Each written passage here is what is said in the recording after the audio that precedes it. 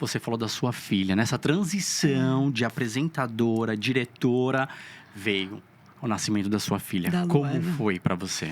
Foi muito bem, minha Tá. gravidez foi muito boa, muito saudável. Todos os exames, eu fiz todos os exames. Que meu pai até me cobrava, você tem que fazer seu pré-natal certinho e tudo mais. Eu fiz todos os exames, tudo certinho. O Apgar dela, que é a nota que o bebê ganha quando ele nasce, Sim. foi muito bom, foi 8, 9, 10, assim. Ela fisicamente, ela era perfeita, é perfeita até hoje. Porém, ela tem uma doença chamada galactosemia, que eu descobri 1 ano e meio depois. Era uma doença muito rara na época, dava 1 para 1 milhão mundial. Então, era uma doença extremamente rara, que tinha, inclusive, foi um médico, que ele já até faleceu, que descobriu essa doença através...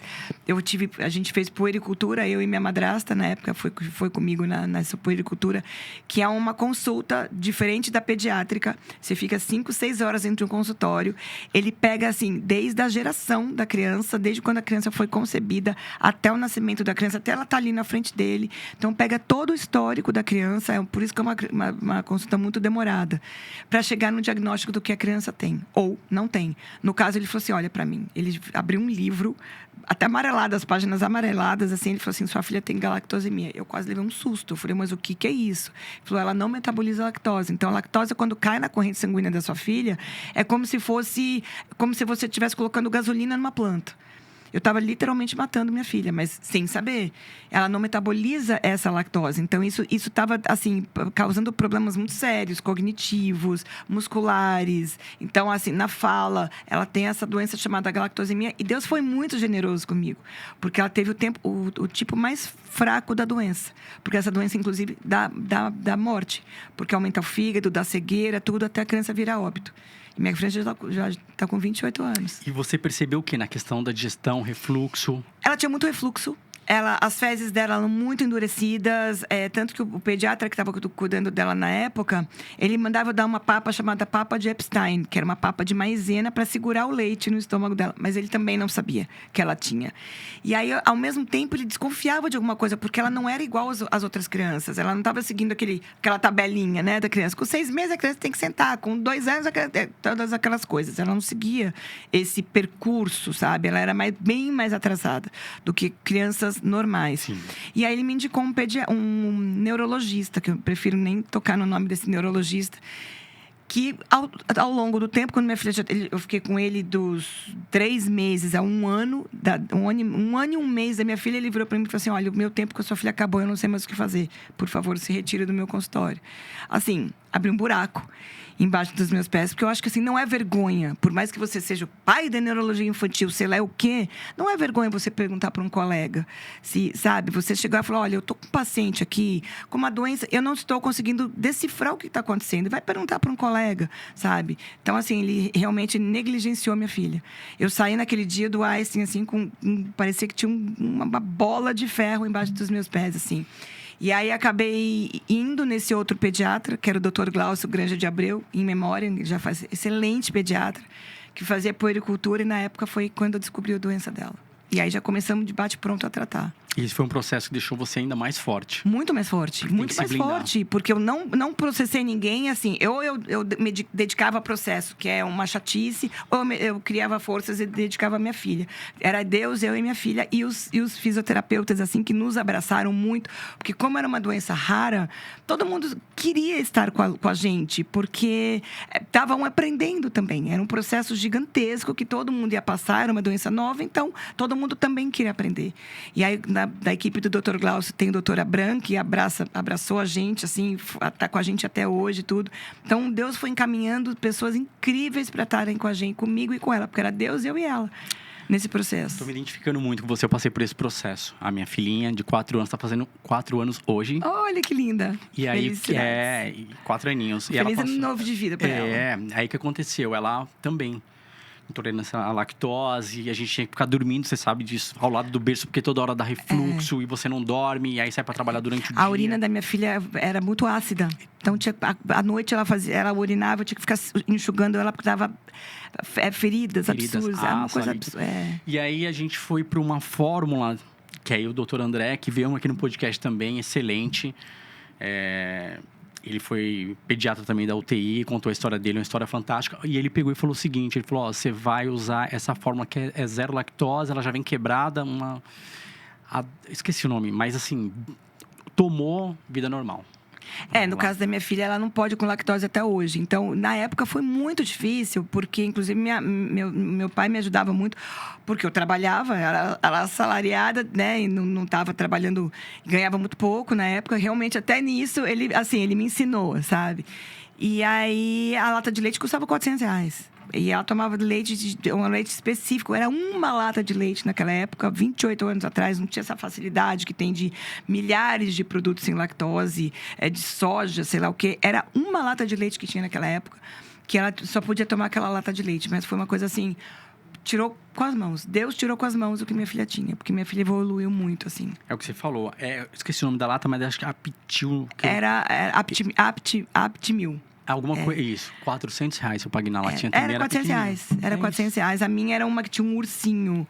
Era uma lata, um leite específico lá que tinha um ursinho na frente. Eu lembro, hoje acho que nem existe mais, nem lembro o nome do leite. Mas era só aquela lata de leite. E foi o que salvou minha filha. E aí, com a maternidade, essa questão, você já apresentava o programa. Ficou com essa mais época, forte? Não. Quando eu tive minha filha, não, eu era produtora dele. Eu era produtora dele. Eu montava painel, eu fazia roteiro dos programas dele. Na época, a gente fazia o Qual é a Música. E eu era redatora do programa dele, fazia as fichas, entregava roteiro para produção. Então, até isso eu fui. Até redatora do programa dele eu fui. Então, eu passei por tudo, assim, sabe? E eu trabalhava com ele no backstage. Não era apresentadora ainda. O processo de estagiar faz parte. Muito. É aprendizado total. Você aprende tudo. Você aprende tudo. É aonde as pessoas têm que ter aquela coisa. Não trate mal o seu estagiário, ensine ele. Porque ele também está saindo, está cursando uma faculdade, ele quer ser alguém. Tanto que toda vez que eu fazia entrevista com os estagiários, eu perguntava, o que você quer ser aqui? Aonde que você quer chegar?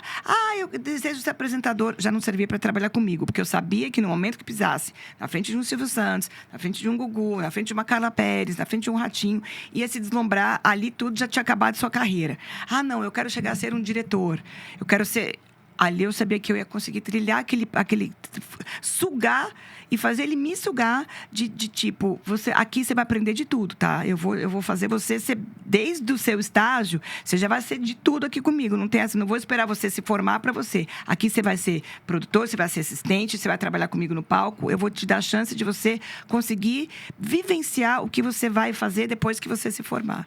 A gente trabalha muito com audiovisual aqui. Eu tô até fugindo um pouquinho, mas esse bate-papo gostoso é assim. Dentro do audiovisual, você sentiu que mudou muito o mercado? Demais. Das pessoas? Porque antigamente, assim, as pessoas se entregavam mais. Como é que era? Eu acho que as pessoas não se preocupavam tanto com a estética. Elas tinham que ser bonitas, naturais. Então, não tinha aquela coisa de harmonização, de muitas coisas que muda você, né? Não tinha muito isso. A pessoa, ela ia lá, entrava numa sala de maquiagem, a gente tinha ali mulheres lindas ao natural. Com concurso de Miss, por exemplo. Você tinha que ter aquelas medidas e não tinha não podia ter silicone, não podia ter muita aquela coisa de lipo, não podia ter uma cicatriz no corpo da Miss e ela tinha que ser impecavelmente linda. Hoje em dia tem 1 milhão de truques, né? Então é aquela coisa, essa é a diferença. Eu acho que antigamente era muito mais bonito. Acho que a mulher era muito mais bonita, ela era muito mais saudável. O homem também, ele tinha que ser aquilo, mais bruto, mais rústico e tinha que ser apresentável. Uma beleza natural. Uma beleza natural. E você enfrentou muito machismo dentro do audiovisual da TV? Eu nunca fui muito de usar muito decote, aquela coisa muito sensual. Eu fui muito mais sempre menina, sabe? Então, assim, eu tive sempre...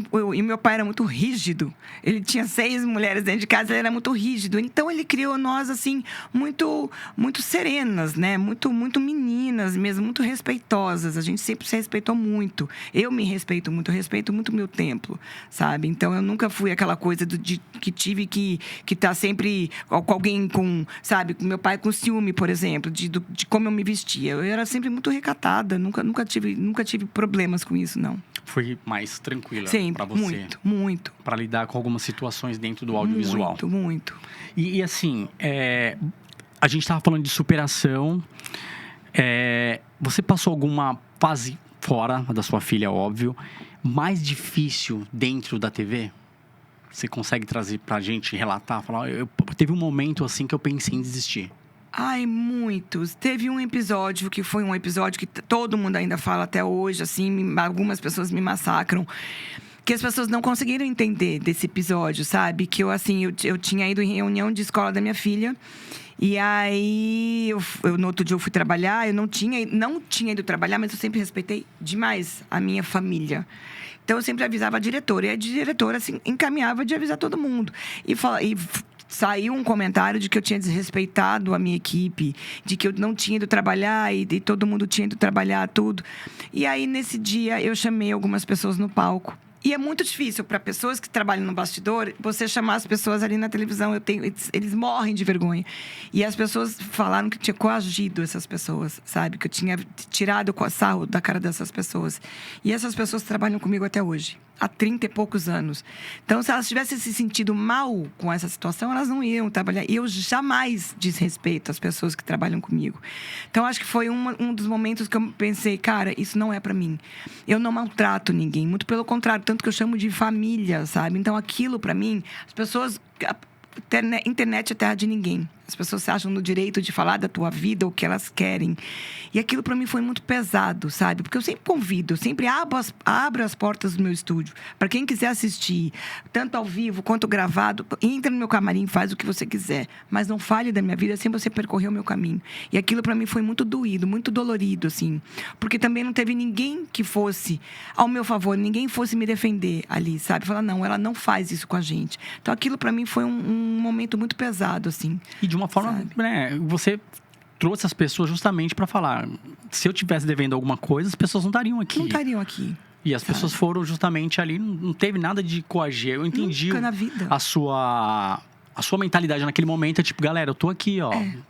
Com essas pessoas. E eu gosto de chamar as pessoas, porque muita gente não mostra o backstage de uma televisão, de que é um contra-regra, do que é uma maquinária. As pessoas não sabem, as pessoas não vivem com a gente ali. Então, eu gosto sempre de estar brincando com essas pessoas, sabe? Para as pessoas em casa conhecerem quem trabalha comigo, quem tira e põe cenário, quem que pinta o meu cenário, quem que faz o roteiro, quem que é estagiário, quem que é o diretor. Eu gosto muito, porque as pessoas gostam de conhecer com quem eu falo. Eu não gosto só de falar com aquela pessoa e a pessoa em casa só ouvir a voz. Eu gosto que a pessoa saiba quem é o meu diretor, quem é o meu estagiário, quem é... Então, eu gosto de trazer essas pessoas para frente das câmeras. Hoje, esse senhor que trabalha comigo, que a gente até brinca lá, o Tadeu, tá comigo há 32 anos. Eu de vez em quando, até hoje ele fica muito... Ele fala, olha, eu tô ficando vermelho. Hoje ele já consegue brincar mais. Mas ele foi uma das pessoas que estavam ali naquele momento, sabe? Então, eu jamais desrespeitaria o Tadeu ou qualquer outra pessoa que trabalha comigo, sabe? Eu gosto de trazer essas pessoas para bem perto, assim.